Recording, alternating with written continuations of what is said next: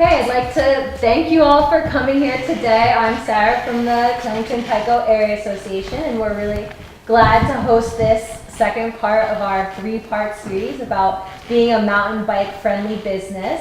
So we have four presenters with us here today that we are really happy to welcome. So we have Ben from Killington Resort, we have Jason from the Mountain Times, we have Katrin from Slate Valley, and we have Tom from Pine Hill Partnership.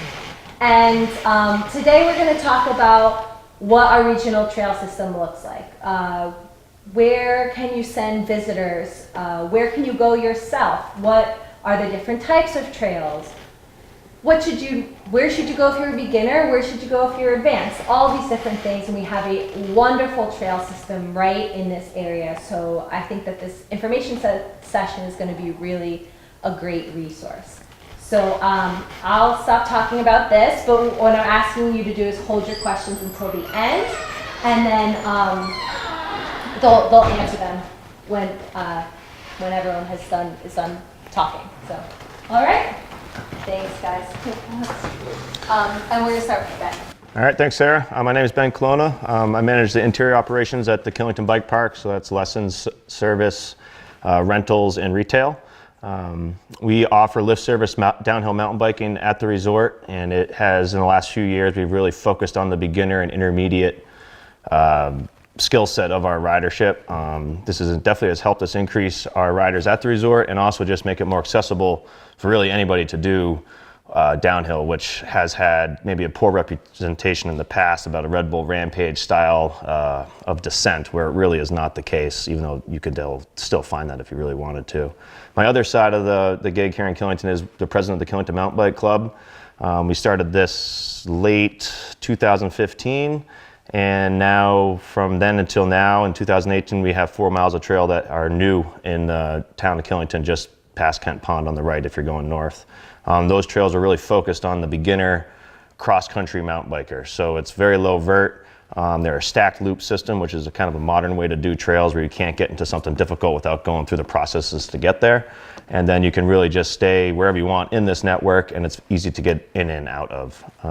So we're really happy with the way this has gone. This is all volunteer work, at least for the setup and the advertising and all that. We actually hired a trail builder, Brooke Scatchard from Sinuosity, who built this trail. It's all machine built, so it's flowy. A little bit of tech as you get further into the network, but it's really focused on that beginner intermediate rider, new to the sport rider, somebody who just wants to come out and get a quick hot lap, either lunch or after work or something like that. It's very easily done. We do have lessons available. Going back to the resort side, we do lessons, which really is a great way to learn the downhill side of the sport. There are some differences between, road riding, cross-country riding, downhill riding. There's definitely different body positions. There's different ways to brake. There's different techniques to use to make the sport more enjoyable without feeling that let's say you're in the back seat, like if you're skiing, to make a reference. We do have a few events coming up that are huge, that are new to the town. US Open is one of them. That is first week of August. This is going to be a gigantic event for the town of Killington, and especially for the resort. It's really going to be the first big mountain bike event that we've ever had. It won't be nothing like the World Cup, of course, but it will be very exciting to see all these passionate riders in town. We're going to have a bunch of pros, families. We have kids events. We have different family events with the Adventure Center. So it's going to be a very nice all-around event for the town, I think, in general. So I think that's what I have. I'm Tom Horrocks. I'm with Pine Hill Partnership. We are a nonprofit organization down in Rutland that manages 275 acres of Pine Hill Park. We are the trail stewards of the park system. We have about a little over 16 miles of hand-built single track, which is pretty cool, fun and flowy stuff. And then when you add in the Carriage Trail and Redfield trails, it brings our total trail mileage up to a little over 25 miles. We also work with landowners in the area to extend the trail network, like I said, with the Redfield trails and the Carriage Trail. And we're always looking to partner with other landowners to increase the trail network in the Rutland area as well. Much like Killington Resort, we also have a lot of activities at the park. Tuesday evenings, second Tuesday, of each month, June, July, and August, we have our Droopy Pedal mountain bike series.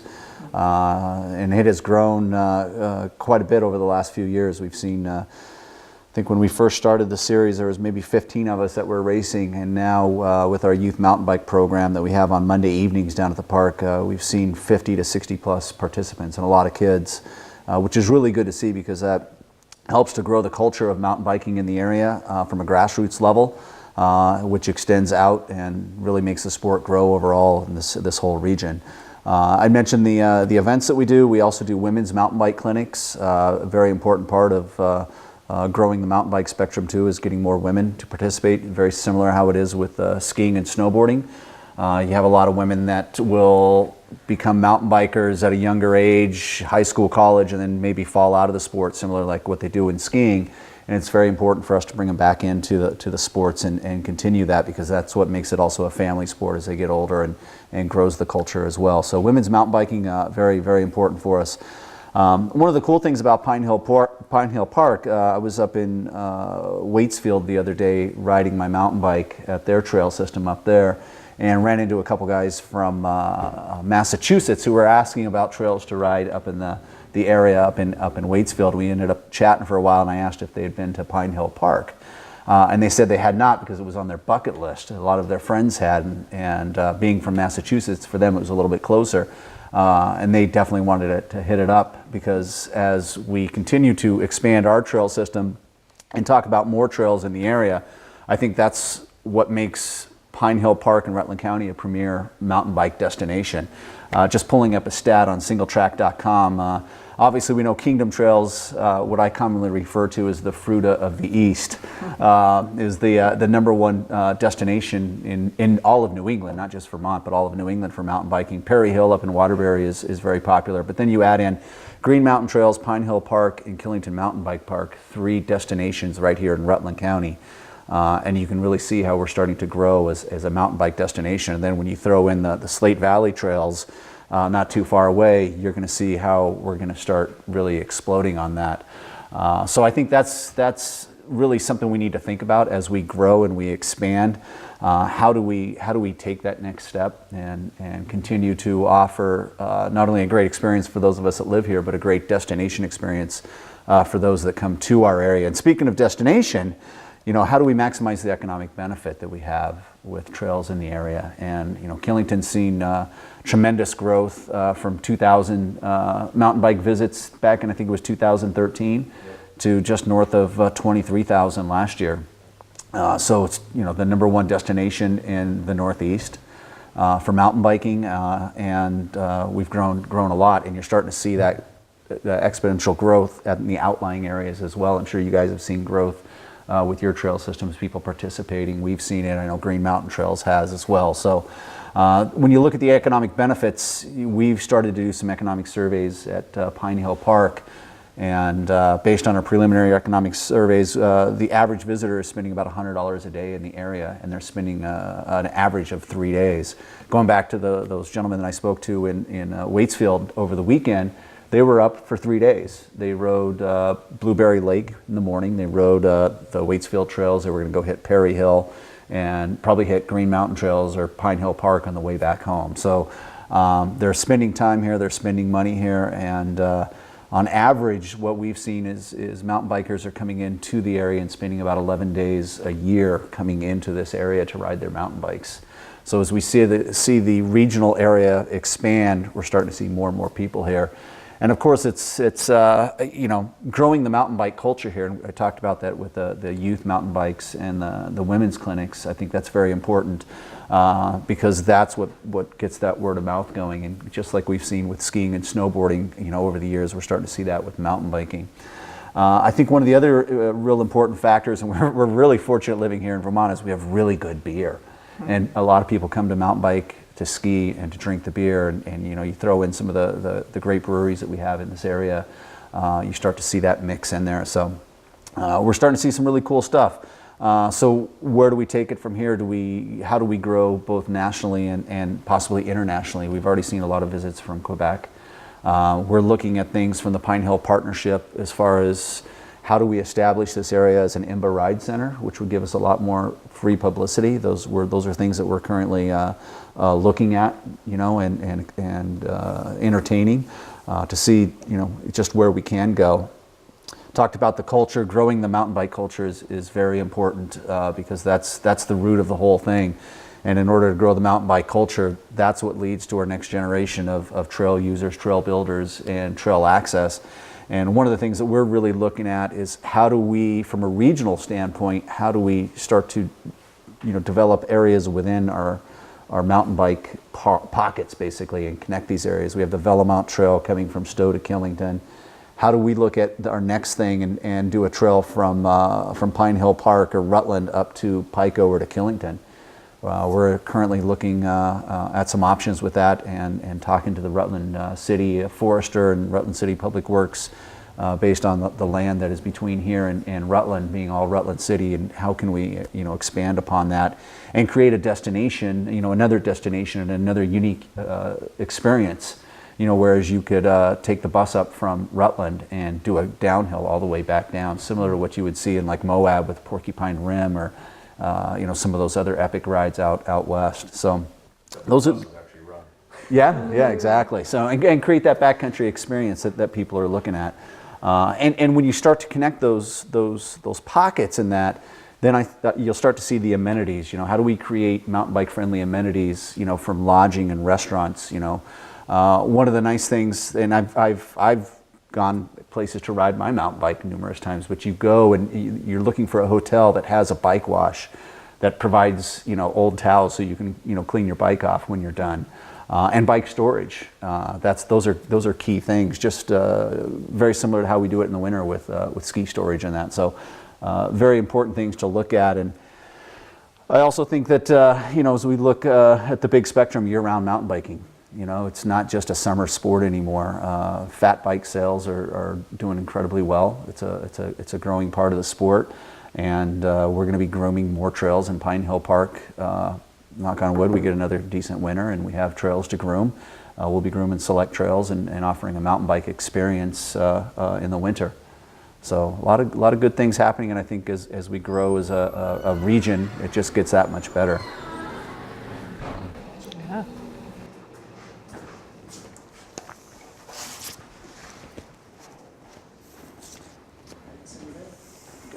Thank you. I'm going to get this scroll down. There we go. I'm going to just scroll to the top. So my name is Katrin Maloney. I'm a member of the Slate Valley Trails organization and also working to help grow this really small nonprofit.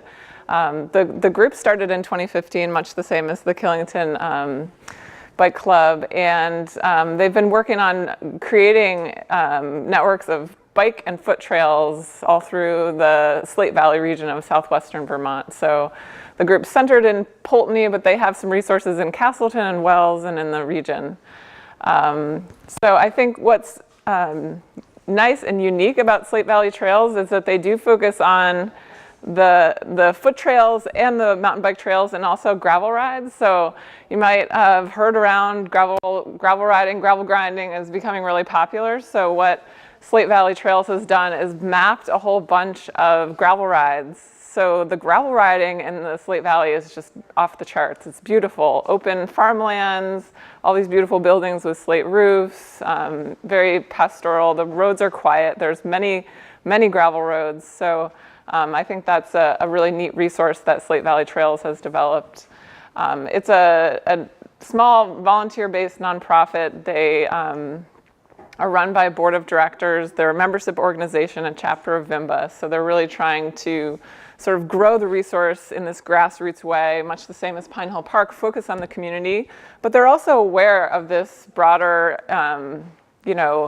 potential for economic impact. So I think being a part of what's happening in Rutland County is really exciting, and taking the opportunity to reach out to businesses and help businesses, be more mountain bike friendly, and also partner with other groups in the region. I think we do have something special in Rutland County to grow. So I think a good way to find out about Slate Valley Trails resources is on the website. So this is the homepage, and from the homepage you can get to these other little sections, so exploring the foot trails, see what hiking trails are in the region, and then the mountain bike trails. So if you go to the mountain bike trails page, Slate Valley Trails is just getting underway, so they have a few resources that they've developed. Recently, in the past few years, have developed 3.5 miles of single track at Delaney Woods, which is a conserved property in Wells.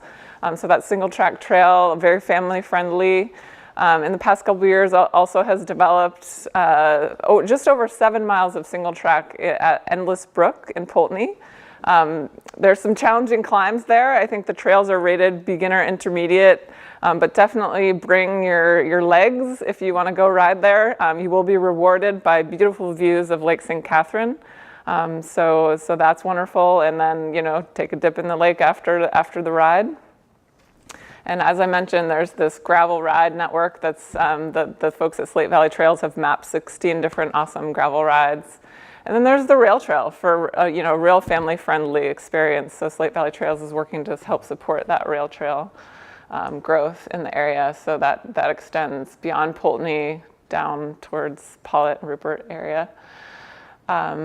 Exciting stuff happening with Slate Valley Trails. So the organization is developing 10 plus miles of new single track trails in East Poultney this year.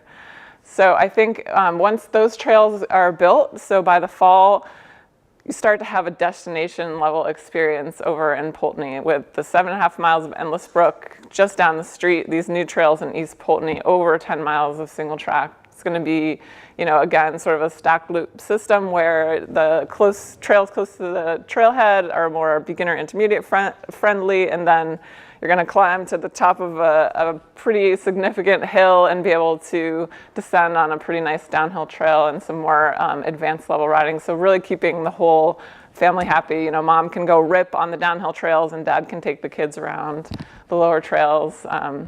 So that's very, very exciting. So stay tuned to Slate Valley Trails for that.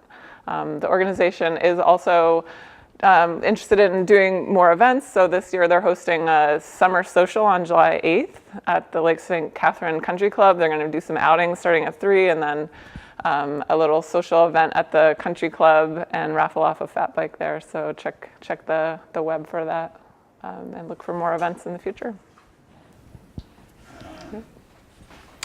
Great. My name's Jason, and I'm one of the co-publishers of the Mountain Times newspaper, along with my wife, Polly Lynn. And I'm here to talk to you guys today about a new publication that is a real community effort. It's called GRIP, and it's a publication that came to life. A couple community members came to us and basically pitched us on the idea of really trying to kind of just educate not only our guest here in the summer about mountain biking, but also our business owners. And originally we were just going to focus on Killington Resort and the Sherburne Trails. And next thing you know, as we went out into the community and started talking to businesses and avid mountain bikers and the different organizations, we realized that there was a real demand for the information, consolidated information. So we didn't invent anything here. Basically what we did is we grabbed all the information that was out there, we consolidated it into one piece to put it all in one place. And the maps existed and the things to do before and after existed and the recommendations existed and chat site, rooms and Facebook and all over the place. But if you're somebody coming to the area and you really want to, ride with your family or with a friend or, this publication basically hopefully facilitates and streamlines, the process of getting from your hotel to a new area.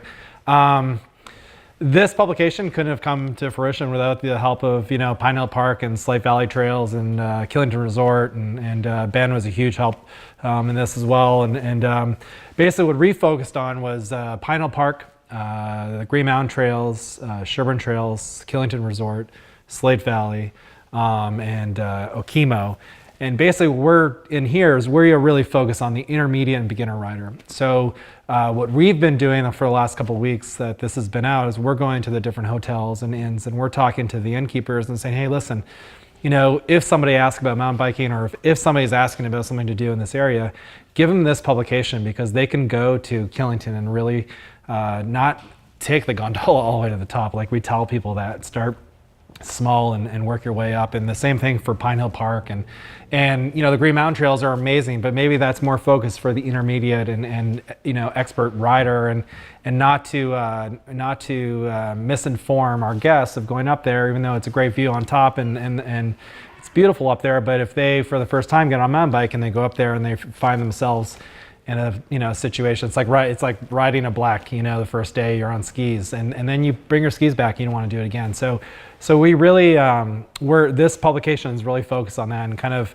also marketing our region as a, destination for mountain biking, and that you could come here for a week and ride all these different areas and see not an amazing, spot in Vermont, but experience all these different areas and do these different things and drink beer and eat creamies and go swimming and just have like a real vacation here, so that you don't have to go up to the Kingdom Trails to do that, even though that's a great place, but that we also have it right here. And I think our biggest goal this year is to work with the local businesses and hopefully encourage some of the businesses to get a hose and a bike rack, and to start embracing mountain bikers here and welcoming them, because I think there's sometimes some of the locals are misinformed that mountain bikers don't spend money, but I'm shopping for a new mountain bike right now and I can't find one for less than $2,500. So they definitely have money, to spend, and so we're really excited about this. The feedback on it has been great so far. And again, I think it was a real collaborative effort. We were just kind of the engine to make it happen, but everybody else from all the different areas was the power behind it.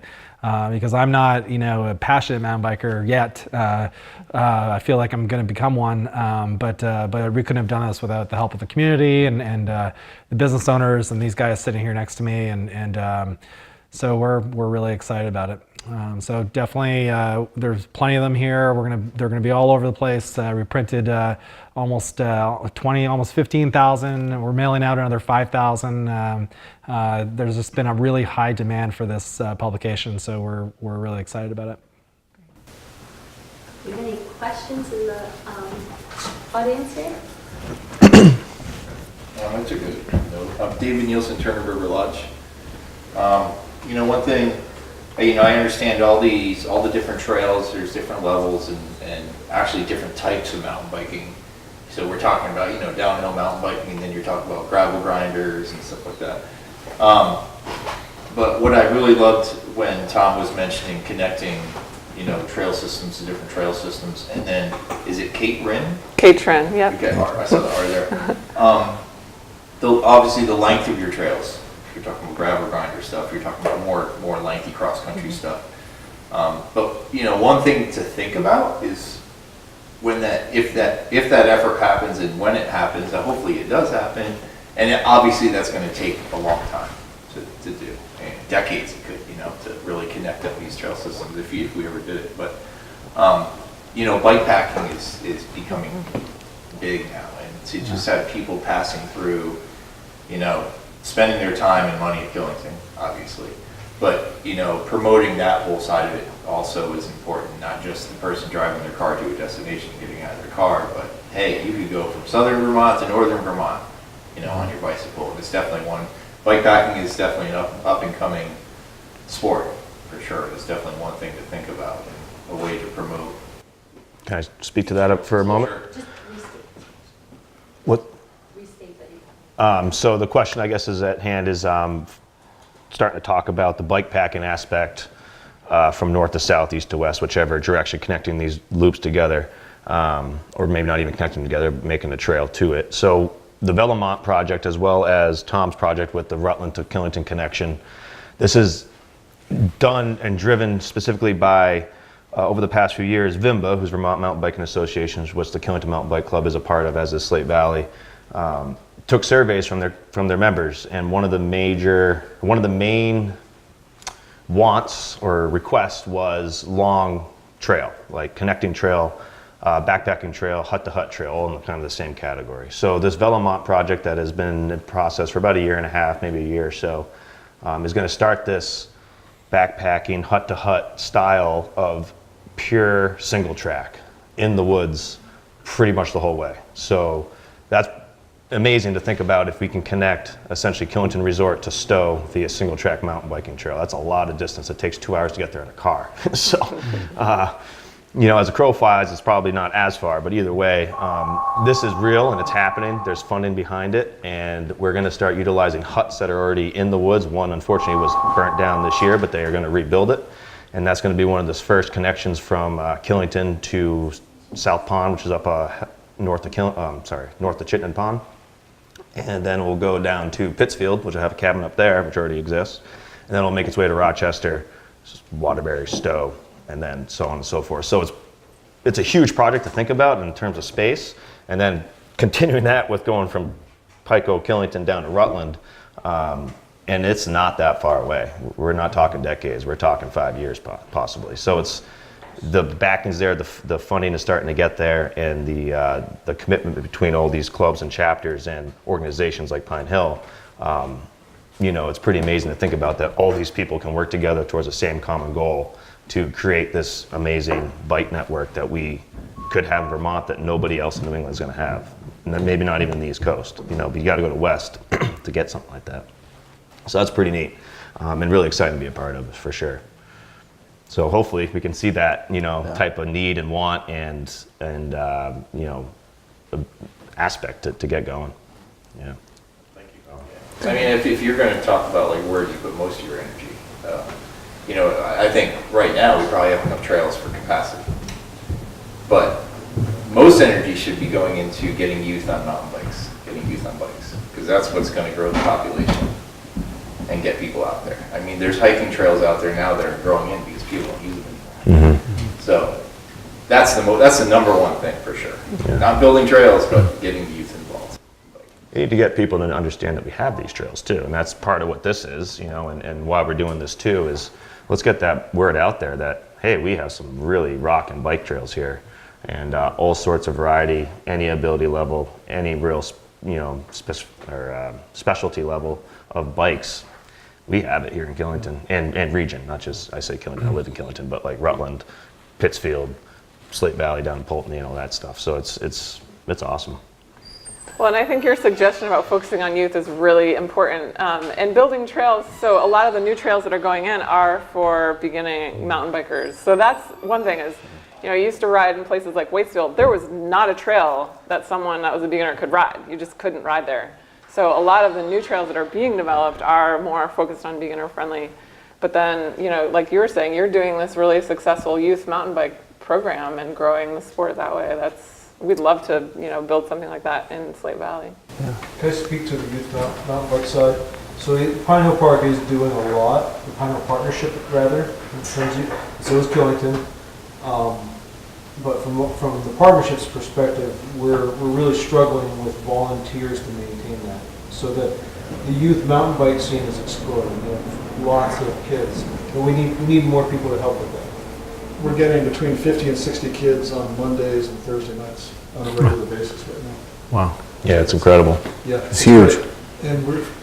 And they're younger now and more female. So the mix has changed over the last couple of years.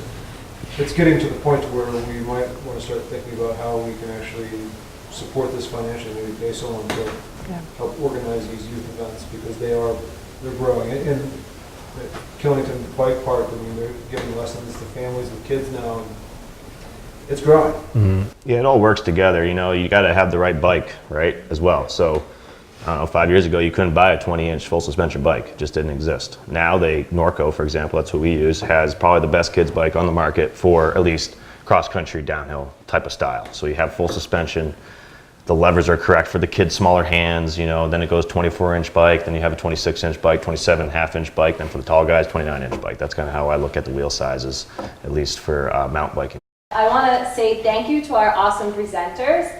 Awesome job, guys. Thank you so much for coming out. Really great information. And if you want to continue the conversation, you can always, I'll post on Facebook and we can get the questions going there and we can get some answers for you. So just want to give them a round of applause and say thank you for coming today.